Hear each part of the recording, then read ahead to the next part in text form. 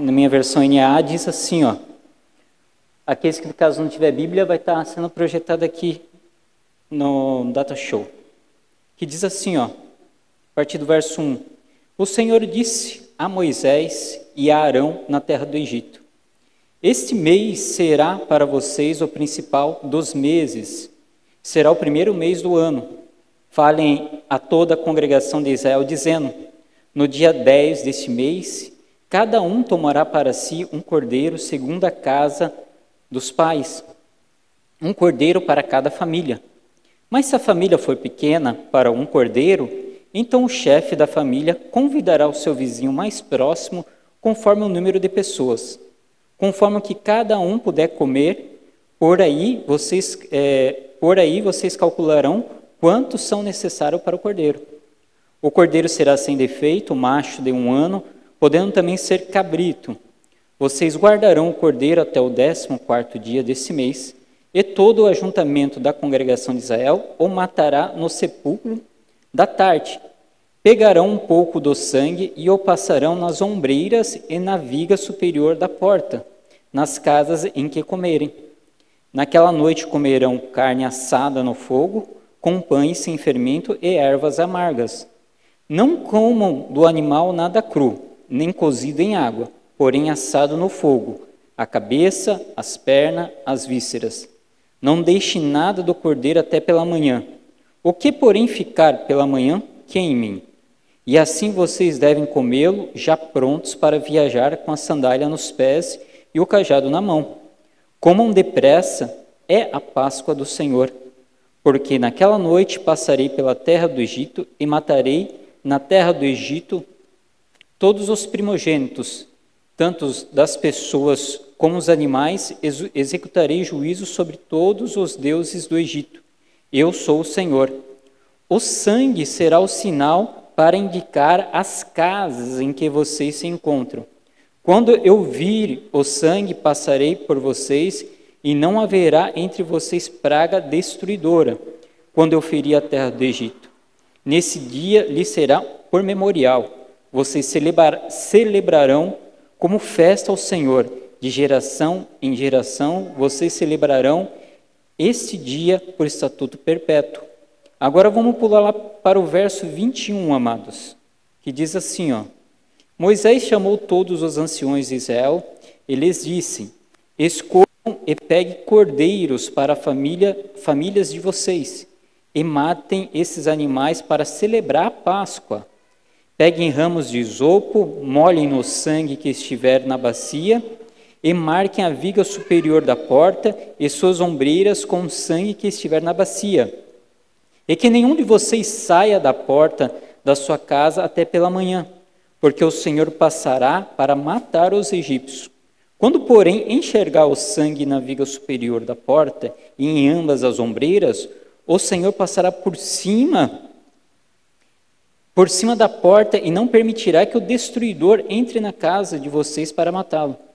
Portanto, guardem isto por estatuto para vocês e para os seus filhos para sempre.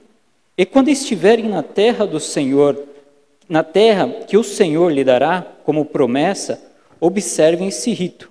Quando seus filhos perguntarem: que rito é esse? Respondam: esse é o sacrifício da Páscoa ao Senhor, que passou por cima da casa dos filhos de Israel no Egito, quando matou os egípcios e livrou as nossas casas. Então o povo se inclinou e adorou, e os filhos de Israel foram como o Senhor havia ordenado a Moisés e Arão. Amém, amados?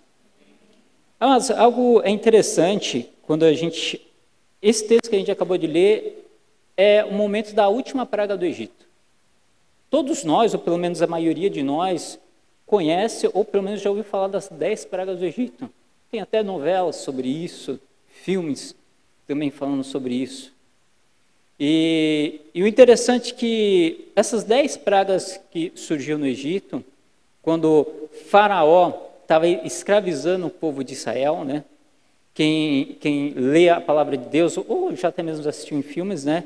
Sabe que José, se a gente voltar um pouquinho mais antes, né? Um pouquinho anterior, José, né? foi governador ali no Egito, né? E daí, como estava passando fome para os seus pais, seus irmãos vieram até o Egito, e tem toda aquela história que os irmãos já conhecem ali, de José, né? Os irmãos voltando novamente ali a encontrar o teu irmão, a qual eles achavam que estava morto, enfim, tem toda aquela história. E daí o povo de Israel passa agora a habitar no Egito. E por causa da influência de José, né, o faraó deu todo o suporte para José. Mas só que morreu a geração de José, como a dos seus irmãos, foram passando outras gerações. O faraó até então, que conhecia José, também morreu, e foram passando outras gerações, até que chegou uma geração desse faraó que não conhecia José e passou a escravizar ali o povo de Israel. E daí o povo de Israel estava sendo tão oprimido nessa escravidão que eles clamaram ao Senhor. E no clamor dele se levantou Moisés. E para retirar o povo de Israel do Egito, Deus começou a jogar essas 10 pragas, né? Começou a fazer essas maravilhas das 10 pragas ali que todos conhecem. E o que me chama a atenção, algo é interessante, amados, que a celebração da Páscoa nesse momento foi uma aliança que Deus estava fazendo com o povo. Porque algo é certo, amados, se a gente parar para pensar, Deus ele sempre está disposto em ter uma aliança conosco. Deus ele sempre está disposto em nos amar. Mas só que quando a gente olha o lado oposto dessa questão, será que nós, como seres humanos, estamos dispostos realmente a amar Deus? Então precisaria dessa reciprocidade do povo. E Deus, então, lançou essa aliança para que o quê? Da mesma forma que Deus estava fazendo aliança com eles, o povo também teria que ter essa aliança com Deus, que era escolhido. Da mesma forma que Deus já tinha feito uma aliança com Abraão, se a gente for ver um pouco mais para trás, com Noé, Deus ele sempre renovando a tua aliança. E nesse momento o povo clamou e falou assim, não, agora eu tenho que fazer uma aliança com eles, eles param comigo. E daí chegou nessa 10ª praga aqui, Deus instituiu a Páscoa. E você vê que é interessante essa forma que foi instituída a Páscoa, entendeu? Que ele começou a dar ponto a ponto como é que seria a Páscoa. E essa Páscoa serviria realmente para a libertação, para eles lembrar daquilo que o Senhor estava fazendo com eles, libertando eles dessa escravidão, desse jugo. Você vê que Deus pediu para eles pegarem um cordeiro, cada família pegar um cordeiro ali. E eu acho interessante, toda vez que eu leio esse texto, tu vai vendo os passo a passo que Deus foi dando a instrução, né, para o povo, né? Ali a partir do verso 3 ali, ó, se puderem projetar ali, no capítulo 2, verso 3, ó, falem a toda a congregação de Israel, dizendo, no dia 10 do mês, cada um tomará para si um cordeiro, segundo a casa dos seus pais, um cordeiro para cada família.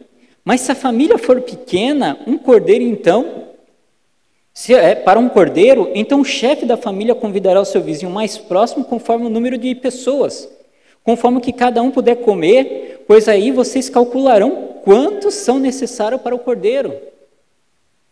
Olha aqui algo profundo, né? Eu leio esse texto aqui, às vezes eu me lembro até do pastoreal, né? Quando é feitas as comunhões aqui, né? Ele manda... Gente, manda a quantidade de pessoas aí. Para o quê? Para ter a quantidade certa, para não desperdiçar, né? Até nessa época já não tinha desperdício. E você vê que, até se uma família pequena, né, eu sei até um exemplo, imagine eu e minha esposa, só é nós dois. Com carneiro, meu Deus do céu, é carne aqui para...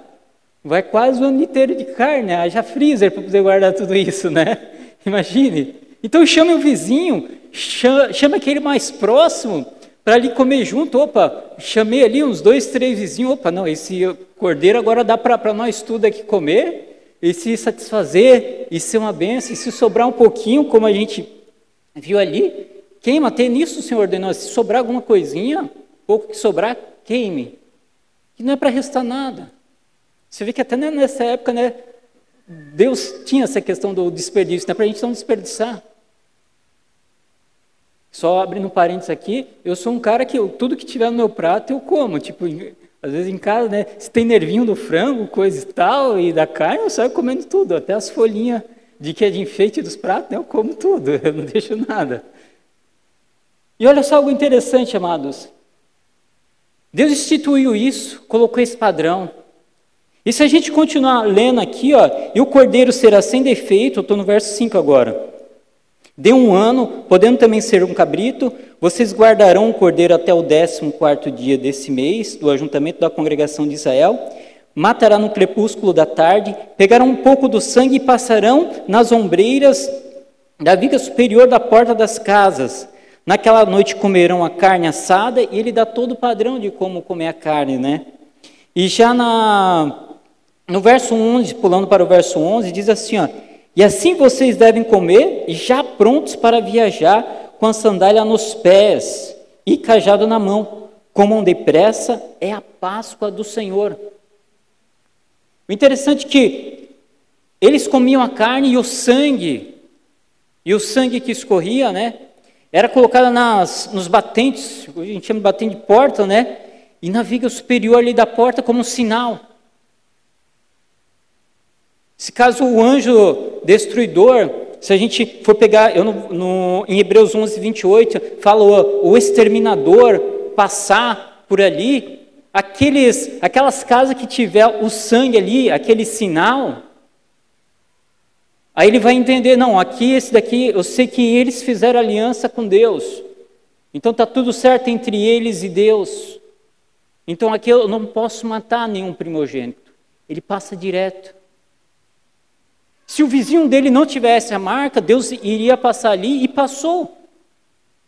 Você vê que exterminou todo o Egito, mas apenas as casas onde havia a marca do sangue não era exterminada, não era morto. E isso serviu de sinal para eles como lembrança. Como nós lemos aqui lá no verso já 28, que diz assim, e quando seus filhos perguntarem, que rito é este? Respondam, é o sacrifício da Páscoa ao Senhor, que passou por cima das casas dos filhos de Israel no Egito, quando matou os egípcios e livrou as nossas casas. Está entendendo? Deus estabeleceu essa aliança com o povo. E esse rito era para ser constante, para lembrar daquilo que o Senhor fez pelo povo de Israel, para eles conquistarem a terra prometida que era Canaã. Aí surge aquela questão, né? E hoje em dia, a Páscoa? Se a gente for parar para pensar um pouco hoje em dia, essa questão da Páscoa, né? Tentar falar assim de uma forma bem resumida, assim. Se formos analisar hoje em dia, muitos não sabem bem qual é o sentido da Páscoa. Você vê que através de um simbolismo, ou até tentam espiritualizar um pouco, né, essa questão da Páscoa, né? Através, às vezes, de símbolos que usam, como o coelho da Páscoa, como os ovos pintados, nesses ovinhos de pintado, os chocolates, né? E até que é legal, né, receber um chocolate. Eu sou meio suspeito de dizer que, meu Deus do céu, eu ganhei um ovo lá em casa de chocolate, eu sou para doce, vocês sabem como é que eu sou, né? Quem me conhece mais de perto, eu estou ali louco para comer, terminar de comer aquele ovo lá. Porque eu gosto de chocolate. É legal ganhar um chocolate. Mas, amados, qual que realmente tem sido o propósito nosso? E muitos estão perdendo essa questão de qual que é realmente o verdadeiro sentido. Tento espiritualizar, às vezes com ritos, só o peixe, tem uma sexta-feira santa, aqueles que comem só peixe, né? Eu lembro que quando eu era pequenininho, né, lá na casa da minha avó só dava bacalhau, e não podia comer nada de carne. Entendeu? Pensa, e era legal que estava bastante gente, né? Era gente, todo mundo comendo bacalhau. E depois sobrava aquele bacalhau pro resto da semana, que era só fazia bastante comida, né? E às vezes sem um sentido certo. Depois eu fui crescendo e às vezes eu ficava me perguntando, mas qual a lógica que tem o coelho com o ovo? E será que o ovo nasce? Será que o ovo vem do coelho? Mas não vem do coelho. Aí começa a surgir essas perguntas, né? E por quê? De onde é que surgiu? Sabemos, se você buscar lá, eles vão ter uma explicação, porque todos eles têm um argumento, né? Mas qual que é o real sentido disso? E, amados, se a gente volta um pouco mais para o passado, né, ali voltando para a palavra de Deus, não é somente nos dias de hoje que acontece isso. No passado também aconteceu isso. porque o povo foi liberto já com essa ideia da Páscoa, quando eles saíram do Egito. Você vê que eles passaram 40 anos no Egito. Amados, analise comigo, 40 anos é bastante tempo. Então, se uma pessoa saiu velha do Egito, às vezes não iria aguentar toda a caminhada, morreu no deserto. Em 40 anos, imagine, crianças nasceram no deserto. Aqueles que eram adolescentes cresceram no deserto. Entendeu? E como alguns já sabem disso, muitas pessoas morreram no deserto, às vezes pela questão de desobediência e tudo mais. Então, uma nova geração foi surgindo, conhecendo as maravilhas do Senhor, e já com essa ideia da Páscoa, lembrando daquilo que Deus tinha feito. Morrendo Moisés, chega agora Josué como sucessor, eles agora conquistando já a terra prometida, entendeu? Já em Canaã, eles ali com grande alegria no coração, se a gente vê em Josué 5, do 10 ao 11, pode projetar lá por gentileza, a gente vai ler rapidinho, você vê que eles celebraram a Páscoa, que já era um momento de conquista e o povo sabia disso aí. E diz assim, ó, enquanto os filhos de Israel estavam acampados em Gilgal, celebraram a Páscoa no dia 14 do mês à tarde, nas campinas de Jericó. 11, por gentileza. E no dia seguinte à Páscoa, comeram do fruto da terra, e nesse mesmo dia comeram pães sem fermento e cereais tostados. Você vê que ainda com Josué ainda havia essa questão. Mas, amados, passou também a geração de Josué. Josué morreu e passou a geração dele. Isso nós já estamos falando de Juízes. Chegando em Juízes, já não tinha mais a geração de Josué. E o povo havia já esquecido daquilo que Deus tinha falado. Se a gente vê em Juízes 2, 10, 12, vamos ler rapidamente lá. Juízes 2, 10, 12, olha só o que diz. Juízes 2, 10, ó. Toda aquela geração também morreu e foi reunida a seus pais. E depois dela se levantou uma nova geração que não conhecia o Senhor e nem as obras que ele havia feito por Israel. Então os filhos de Israel fizeram o que era mal aos olhos do Senhor, servindo aos Balaíns. Você vê que o povo começou a esquecer. Se a gente abrir lá em 1 Samuel, você vê que já, em 1 Samuel a gente já está falando de outras gerações. Teve a geração de juízes que passaram várias gerações. Depois chegou já em 1 Samuel, capítulo 12, verso 9 e 11, olha só o que diz. 1 Samuel 12, 9, ó. Porém os pais de vocês esqueceram do Senhor, seu Deus. Então eles o entregou nas mãos de Císera, comandante do exército de Hazor, nas mãos dos filisteus e nas mãos do rei de Moabe, que lutaram contra eles. E clamaram ao Senhor e disseram, pecamos, pois deixamos o Senhor e servimos os Balaíns e Astarote, mas agora livra-nos das mãos dos nossos inimigos e te serviremos. Você vê mais uma vez o povo passando por um momento de dificuldade, porque esqueceram das obras das qual Deus tinha feito, daquilo que os pais deles tinham passado. Você vê que em Salmo 106, verso 21 e 23, também diz, olha só que interessante, Salmo 106, olha só, esqueceram-se de Deus, o seu Salvador, que no Egito havia feito coisas grandiosas, maravilhas na terra de Cã, tremendas feitas no Mar Vermelho, até aqui. Amados, você vê que eles foram esquecendo da Páscoa, e eu imagino que eles iam fazendo da forma do jeito deles. Existia uma Páscoa, será? Então vamos criar aqui uma Páscoa de qualquer jeito. Dá o nosso exemplo aqui, vamos criar um chocolate. Naquela época eu acho que não tinha chocolate, mas sei lá, comia um fruto, comia alguma outra coisa. Ia começando com muitos simbolismos. Mas o que me chama a atenção, amados, que quando homens que têm um propósito de Deus se levantam para fazer a vontade de Deus, eles realmente mudam para fazer realmente aquilo que Deus tem estabelecido. Vou citar aqui 2 exemplos rápidos aqui, ó, que o primeiro exemplo é o exemplo ali de Josias, em 2 Reis 23, do 21 ao 23, 2 Reis 23, verso 21. Mas o rei Josias, ele sendo novo, se tornou rei de Israel, mesmo sendo novo, se tornou rei de Israel. Mas o coração dele ficou inclinado a fazer a vontade de Deus. E ele se voltou a buscar buscou de tanta vontade Deus.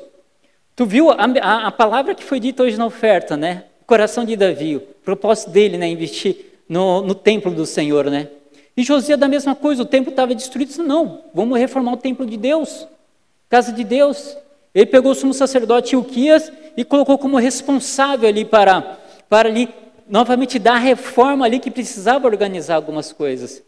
E de repente no meio da reforma lá, às vezes eu fico imaginando como seria essa cena, né? No meio da reforma não encontraram o livro da lei.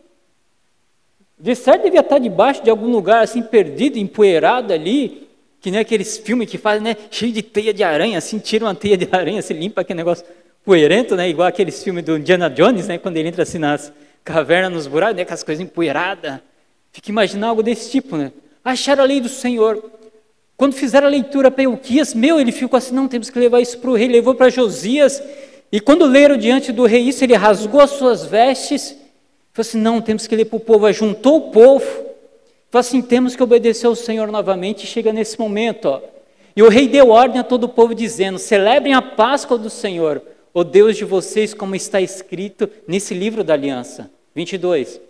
Porque nunca se celebrou uma Páscoa como esta desde os dias dos juízes que julgaram Israel, e nem durante o dia dos reis de Israel, e nem nos dias dos reis de Judá. 23. Porém, no 18º ano do reinado de Josias, esta Páscoa foi celebrada ao Senhor em Jerusalém. Por quê? Porque ele pegou a lei do Senhor e seguiu aquilo que era verdadeiro, aquilo que realmente tinha sido estabelecido. Se a gente pegar um outro exemplo aqui rapidamente, né, de forma bem resumida, em Esdras capítulo 6, o verso 19 ao verso 20, nós vemos algo também maravilhoso. O povo de Israel tinha sido, depois de Josias, amados, vieram outros reis que não fizeram a vontade de Deus, fizeram algo que era mal. A tal ponto que o povo de Israel foram exilados, porque o território deles foram dominado e foram novamente levados para o exílio, tiraram a promessa que era deles. Mas aqui, ó, nesse momento de Esdras, ó, e os que voltaram do cativeiro celebraram a Páscoa no dia 14 do primeiro mês. Os sacerdotes e os levitas tinham se purificado e todos, sem exceção, estavam limpos. Mataram o cordeiro da Páscoa para todos os que voltaram do cativeiro, para os sacerdotes, seus irmãos e para si mesmo. Eu falei até quando? Até o verso 22. Assim os filhos de Israel tinham voltado do exílio, comer a Páscoa, juntamente com todos os que, unindo-se a eles, se haviam separado das coisas impuras dos gentios da terra, para buscarem o Senhor Deus de Israel. 22. Celebraram a festa dos pães sem fermento durante 7 dias com alegria, porque o Senhor os tinha alegrado, mudado o coração do rei da Síria a favor deles, para lhes favorecer as mãos na obra da casa de Deus, o Deus de Israel. Amado, quando realmente fazemos a vontade de Deus, você vê que Deus até se volta, vem junto conosco. Porque quando passamos a entender verdadeiramente qual é o propósito daquilo que Deus estabeleceu. Aí daí, novamente, né, surge aquela pergunta, né? E hoje em dia, como que é a Páscoa? Se a gente começa a fazer pergunta, né? Qual o verdadeiro propósito tem sido a Páscoa? Isso agora eu estou falando nos dias atuais, amados. Acabamos de entender que foi o próprio Deus que estabeleceu a Páscoa com o propósito de fazer uma aliança com o povo. Ter essa reciprocidade. Essa aliança é para vocês lembrarem que eu estou livrando vocês e vocês estarem me amando como eu amo vocês. Ter essa reciprocidade do povo, o povo se lembrar, né? Passamos a entender isso. Compreendemos também que ali no momento ali havia comunhão entre o pessoal antes dessa libertação, havia comunhão. Havia um momento muito bom entre eles, nas famílias ali, repartindo, famílias que eram pequenas, chamavam outros junto para também repartir ali do cordeiro. Isso era algo maravilhoso. Faz ele lembrar também daquele sinal do sangue que era colocado nos batentes das portas, né? Lembrando, não, esse sinal é um sinal agora que tem a nossa casa ali, para que realmente o destruidor não venha destruir a nossa família, o primogênito da nossa casa. E olha só o que me chama a atenção, né? Olha o que diz em Hebreus capítulo 8, do verso 1 ao verso 9. Olha só o que diz. Ora, é essencial das coisas que estamos dizendo é que temos tal sumo sacerdote que se assentou à direita do trono da majestade nos céus. Como ministro do santuário, do verdadeiro tabernáculo que o Senhor erigiu, e não o homem. Pois todo sumo sacerdote é constituído para oferecer dons e sacrifícios. Por isso era necessário que também esse sumo sacerdote tivesse o que oferecer. Se ele tivesse na terra, nem mesmo sacerdote seria, visto existirem aqueles que oferecem os dons segundo a lei.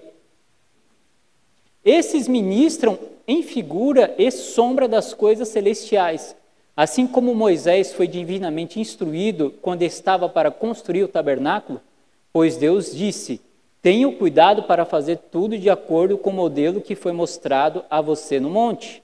Prossiga. Mas agora Jesus obteve um ministério tanto mais excelente. E eu quero que você preste atenção nesse verso. Que Jesus obteve um ministério tanto mais excelente. Quanto é também mediador e superior à aliança instruído com base em superiores promessas. Verso 7. Porque se aquela primeira aliança tivesse sido sem defeito, de maneira alguma estaria sendo buscado lugar para uma segunda aliança. Verso 8. E de fato, repreendendo-os, disse: eis aí vem dias, diz o Senhor, e firmarei nova aliança com a casa de Israel e com a casa de Judá. Volta no verso 7, por gentileza. Amado, presta atenção. Lá no verso 6, por gentileza. Olha só que diz, ó. E agora Jesus obteve um ministério tanto mais excelente. Antes era Moisés, agora Jesus obteve agora esse ministério. Volta lá agora ao verso 7, por gentileza. E olha só.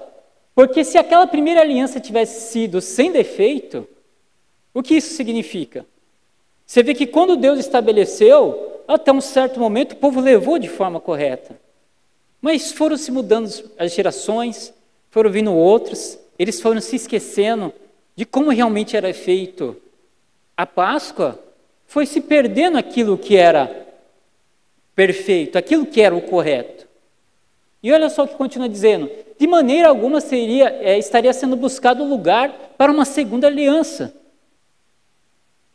Porque agora Jesus está buscando uma segunda aliança, porque aquela primeira lá, o pessoal agora já não está dando mais crédito, se perdeu isso daí. Aí agora surge a pergunta, né? E que segunda aliança é essa? Mateus 26, 17, até o verso 30. Agora vamos falar aqui, que aliança é essa que Jesus estava falando? Essa nova aliança. No primeiro dia da festa dos pães sem fermento, os discípulos vieram a Jesus e lhe perguntaram: onde quer que façamos os preparativos para que o Senhor possa comer a Páscoa? Olha só, eles preocupados com a Páscoa, prossiga. Eles respondeu: vão até a cidade, procurem certo homem e digam: o mestre diz, o meu tempo está próximo, e em sua casa que celebrarei a Páscoa com os meus discípulos. E eles fizeram como Jesus lhe havia ordenado e prepararam a Páscoa. Ao cair da tarde, Jesus pôs-se à mesa com os 12 discípulos. E enquanto comiam, Jesus disse: em verdade lhes digo que um de vocês vai me trair. E eles, muito entristecidos, começaram um por um a perguntar-lhe: por acaso seria eu, Senhor? Jesus respondeu: o que comigo põe a mão no prato, esse vai me trair. O Filho do Homem vai, como está escrito a seu respeito, mas ai daquele por quem o Filho do Homem está sendo traído, melhor seria para ele se nunca tivesse nascido. Prossiga. Então Judas, que o ia trair, perguntou, por acaso sou eu, mestre? Jesus respondeu, você acabou de dizer isso. Enquanto comia, Jesus pegou um pão e, abençoando, partiu e deu aos discípulos, dizendo, tomem e comam isto é meu corpo. Prossiga. A seguir, Jesus pegou um cálice e, tendo dado graças, o deu aos seus discípulos, dizendo, bebam todos dele, porque isto é meu sangue, o sangue da aliança derramado em favor de muitos, para a remissão dos pecados. Prossiga. E diga a você que, desta hora em diante, nunca mais beberei desse fruto da videira, até aquele dia em que beberei com vocês o vinho novo, no reino do meu Pai. Verso 30. E tendo cantado o hino, saíram para o Monte das Oliveiras. E que nova aliança era essa que Jesus estava falando? Era da Santa Ceia. Era o momento da Santa Ceia. Mas por que a Santa Ceia se tornou algo como essa nova aliança? Por causa do propósito de Jesus Cristo. O propósito dele para nós, ele veio para ser o Cordeiro. Deus amou o mundo de tal maneira que deu seu Filho unigênito, para que todo aquele que nele crê não pereça, mas tenha vida eterna. Você vê a forma que Deus amou tanto, que deu o seu Filho para morrer por nós. Ele seria esse Cordeiro agora, para concretizar aquilo que já tinha sido profetizado por Isaías. Se a gente abrir lá Isaías capítulo 53, olha só o que diz, amados, 53. Então vocês ficam aí atentos, amados. Eu sei que hoje foi um dia de comer bastante, né? Às vezes dá aquele soninho, né? Mas, amados, fica atento que eu disse que eu ia ler bastante. Ó, 53, a partir do verso 2, deixa eu ver aqui minha referência que eu coloquei. A partir do verso 2, Isaías 53, 2. Porque ele foi subindo como renovo diante dele, como raiz de uma terra seca. Não tinha boa aparência nem formosura. Olhamos para ele, mas não havia nenhuma beleza que nos agradasse. Pode prosseguir, até o verso 8. Era desprezado e o mais rejeitado entre os homens, homens de dores, e que sabe o que é padecer. Eu, como um de quem os homens esconde o rosto, era desprezado e dele não fizemos caso. Certamente ele tomou sobre si nossas enfermidades, as nossas dores levou sobre si, e nós considerávamos como aflito e ferido de Deus e oprimido. Mas ele foi transpassado por causa das nossas transgressões e esmagado por causa das nossas iniquidades. O castigo que nos traz a paz estava sobre ele, e pelas suas pisaduras fomos sarados. Todos nós andávamos desgarrados como ovelhas, cada um se desviava pelo seu próprio caminho, mas o Senhor fez cair sobre ele a iniquidade de todos nós. Ele foi oprimido e humilhado, mas não abriu a boca. Como um cordeiro, presta atenção, como um cordeiro foi levado a matadouro, e como uma ovelha muda diante dos seus tosqueadores, ele não abriu a boca. Pela opressão e pelo juízo ele foi levado, e de sua linhagem, quem se preocupou com ela, porque ele foi cortado da terra dos viventes, foi ferido por causa da transgressão do meu povo. Como um cordeiro amado, ele foi sacrificado. E você vê que é algo interessante que a gente leu lá em Êxodo, né? Que quando Deus ele instituiu o cordeiro, ele deu todo um ritual para ser feito, né? Para seguir aquele ritual como lembrança, né? E amado, e com Jesus Cristo isso não é diferente. Diga após minha igreja, Jesus Cristo, um pouco mais forte, igreja, Jesus Cristo é o Cordeiro. E amados, presta atenção. Jesus ele deu o seu corpo e o seu sangue por nós. Agora presta atenção. E qual que é o significado da carne de Jesus Cristo? Porque ele deu o seu corpo e a sua carne. Tu lembra lá que a gente lemos lá em Êxodo, o que eles faziam com a carne, né? Se a gente pegar ali o verso 3, aquilo que eu disse, né? E fala em toda a congregação de Israel, dizendo, no dia 10 desse mês, cada um tomará para si o cordeiro, segundo a casa, dos teus pais um cordeiro para cada família, mas se a família for pequena, para um cordeiro, então o chefe da família convidará o seu vizinho mais próximo conforme o número de pessoas, conforme que cada um puder comer. Por aí vocês calcularão quantos serão necessários para o cordeiro. A carne de Cristo, o corpo de Cristo, amado, fala de comunhão, fala de servir, fala de estar juntos, fala de estar todos no mesmo propósito. Amados, não é só no momento da Santa Ceia que a gente celebra aqui na igreja, uma vez por mês, que a gente tem que lembrar de Cristo. Mas isso tem que ser constante em nossas vidas. Isso tem que ser a cada momento, porque isso aí passa a ser agora uma nova aliança que Cristo nos deu. E você vê que quando Jesus Cristo, no texto que a gente leu ali em Mateus 26, quando ele chamou os seus discípulos ali para celebrar a Páscoa, o que Jesus fez primeiro para ensinar os seus discípulos? Ele partiu o pão, ele serviu os seus discípulos partindo o pão. Outra coisa interessante, em João capítulo 13, olha só o que está escrito, abre lá, por gentileza, 13, capítulo 1 do Evangelho de João. Olha só o que está escrito, do 13 ao 5, vamos ler. Evangelho de João, capítulo 13. E antes da festa da Páscoa, sabendo Jesus que era chegada a sua hora de passar desse mundo para o Pai, tendo amado os seus que estavam no mundo, amou-os até o fim. Siga.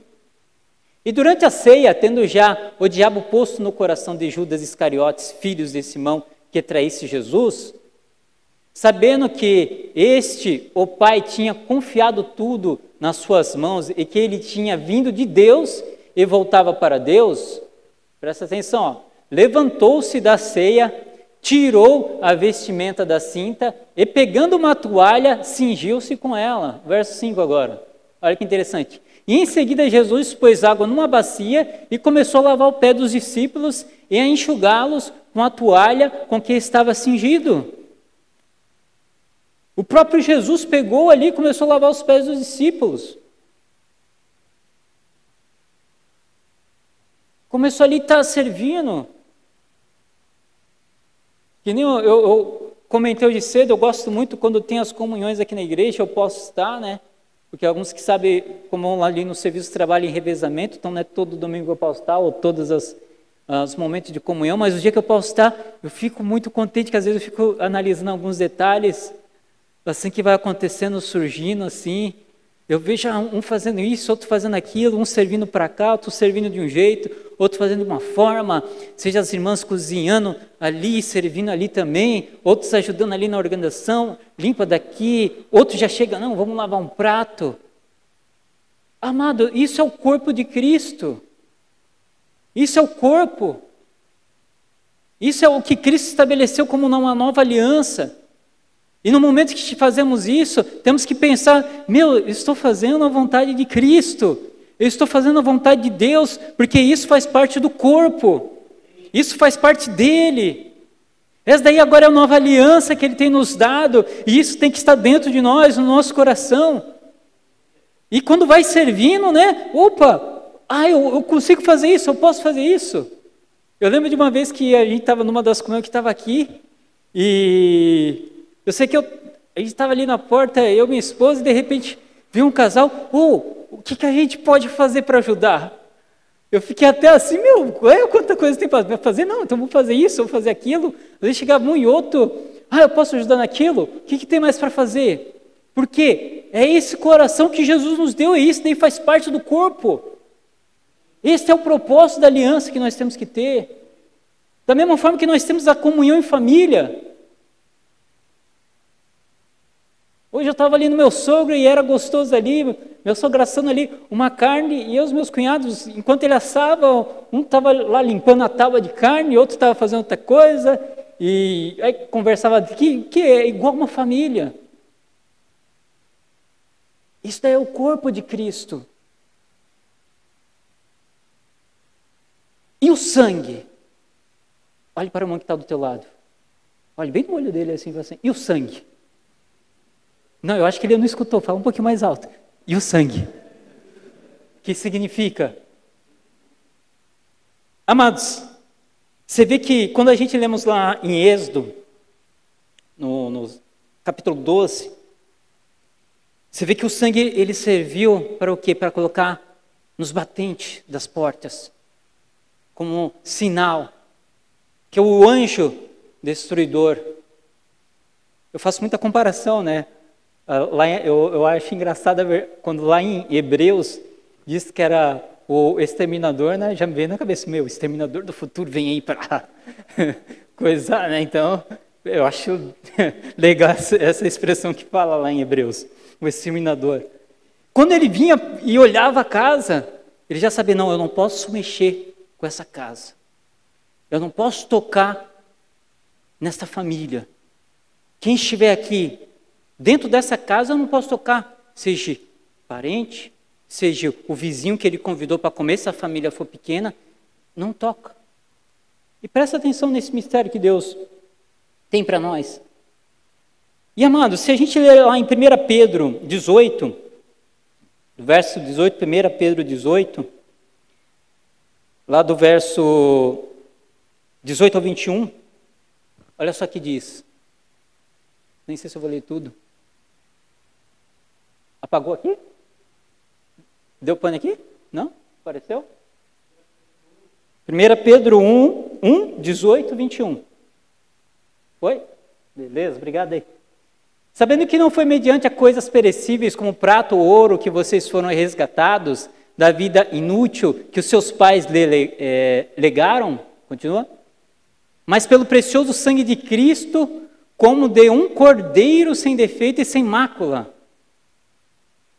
Ele foi conhecido antes da fundação do mundo, mas foi manifesto nesses últimos tempos em favor de vocês, até aqui.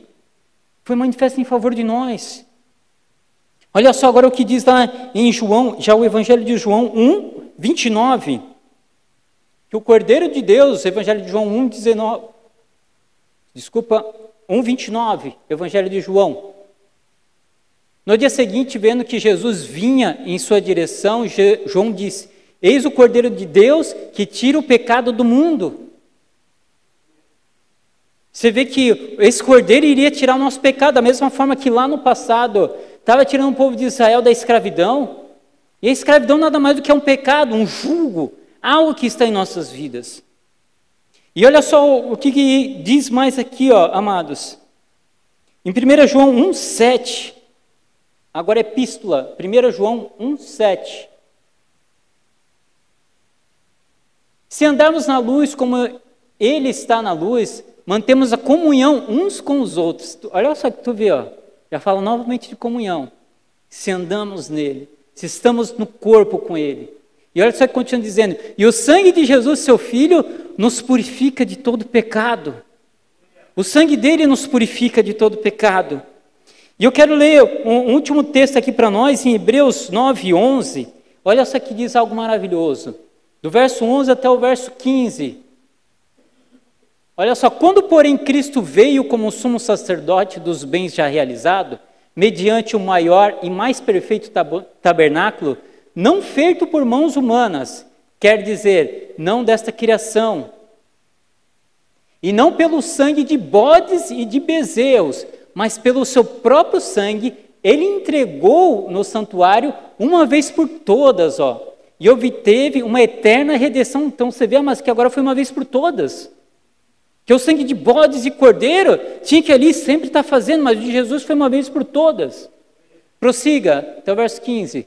Portanto, se o sangue de bodes e de touros e a cinza de uma novilha aspergidos sobre os contaminados os santificavam, quanto mais a purificação da carne, prossiga, muito mais o sangue de Cristo, que pelo Espírito Eterno a si mesmo ofereceu sem mácula. Deus purificará a nossa consciência de obras mortas. Até a nossa consciência, amado, será purificada. Pensa a profundidade e a importância do sangue de Cristo. Porque se naquela época o sangue dos animais já era importante para aquele rito, agora imagine um homem, Jesus Cristo, que veio por nós e deu seu sangue. E olha só que continua dizendo, para servirmos ao Deus vivo. Olha que maravilha. Por isso mesmo, Ele é um mediador da nova aliança, a fim dos que foram chamados recebam promessa da herança eterna, visto que houve uma morte para a remissão das transgressões que foram cometidas sobre a primeira aliança. Você vê que quantas coisas foram cometidas de errado na primeira aliança. E agora, com a nova aliança de Cristo, amado, tudo se tornou novo em nossas vidas. Tudo foi algo maravilhoso. Agora, pula lá para o verso 27 desse mesmo capítulo, amado.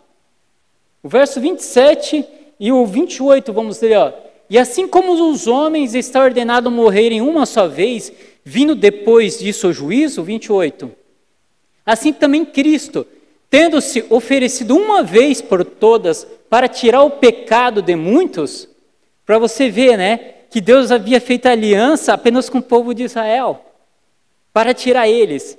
E tu lembra do texto que a gente leu lá no finalzinho lá de Êxodo 12, do texto que a gente tinha lido, ó, lá no verso 11, diz assim, ó, mantém esse texto aqui, tá? Não tira dali, por gentileza. Assim vocês devem comê-lo já prontos para viajar com a sandália nos pés e o cajado na mão. Todos deviam comer, deviam estar com sangue pronto na porta, e eles deviam estar já calçados e preparados, porque assim que o anjo passasse e exterminasse todos os primogênitos do Egito, eles já deveriam partir. E presta atenção aqui, ó. E tendo oferecido uma vez por todas para tirar o pecado de muitos, aparecerá a segunda vez não para tirar pecados, mas para salvar aqueles que esperam por Ele. Pensa que coisa maravilhosa, amados. Que esse momento que a gente temos de comunhão, de participar da carne, do corpo de Jesus Cristo. E eu peço para você se colocar de pé, por gentileza. Deixa eu ver se eu tenho um tempo ainda. Tenho mais 5 minutinhos, pastor. Sobe lá o Ministério de Louvor, o Cris ali, Ministério de Louvor, tem mais 5 minutinhos. Presta atenção no que eu vou te dizer. O Ministério de Louvor pode subir, por gentileza. Presta atenção, amados. Deixa nesse texto aqui, tá bom, amado? Você vê que o povo de Israel, no momento que eles estavam saindo da escravidão, no momento que Deus estava indo libertar eles tinham que já sair prontos. Mas aquela primeira aliança já tinha sido se perdido. E quando a gente olha para os dias atuais, amados, nós temos que cuidar para não chegar ao ponto que eles chegaram naquela época. De se perder isso daí. Porque agora não vai ter mais um novo cordeiro para ser sacrificado. Porque agora a nova aliança já foi estabelecida, que é Jesus Cristo. Essa nova aliança já está aqui no meio de nós. Porque o corpo de Jesus Cristo já foi dado para que nós pudéssemos estar em comunhão. E o sangue dele já está sobre nós e já nos purificou de todo pecado. E tu lembra que o sangue protegia aquela casa. E até esse texto não está com uma referência aqui, mas Deus acabou de me dar esse texto. Você vê que o próprio apóstolo Paulo diz que nós somos templo e morada do Espírito Santo. Então agora esse sangue está sobre nós que somos a casa dele. E tu vê que é algo interessante, né? Todos aqueles que estavam dentro daquela casa eram protegidos por Deus. Amado, até os nossos familiares também passam a ser protegidos por Deus por causa das nossas vidas. Passa a ser guardado por causa das nossas vidas, porque, amado, o sangue está agora sobre nós também. O sangue está sobre cada um de nós. E, amado, até eu faço um convite para ti, se caso tiver alguém essa noite que ainda não aceitou a Cristo, que quer ter a oportunidade de participar dessa nova aliança, tu pode levantar a tua mão aí também, que a gente vai fazer uma oração por ti, para tu também fazer parte dessa nova aliança, porque é aquilo que Deus quer para nós, que nós façamos parte dessa nova aliança, porque o cordeiro já foi entregue, o sangue já foi derramado, amados, e nós sabemos que Jesus Cristo já ressuscitou e está conosco até a consumação do século. Então que nós estejamos prontos, amado, como a Bíblia sempre pede que estejamos prontos, porque agora nesse momento, para nos salvar aqueles que esperam, porque Ele aparecerá agora a segunda vez, amados, agora não para se sacrificar, agora para nos levar à terra prometida, como Deus tinha a terra prometida para o povo de Israel, agora para todos nós tem essa promessa tão maravilhosa. E tem um céu que já está sendo preparado por nós através de Jesus Cristo, amados. Vamos estar em comunhão. Vamos estar cada dia mais com esse sangue em purificação. Para quando ele chegar, nós já está pronto ali. Com os chinelos, com as roupas, com as vestes já. Para chegar naquele dia tão maravilhoso, porque isso é real. Porque é a promessa de Deus em nossas vidas.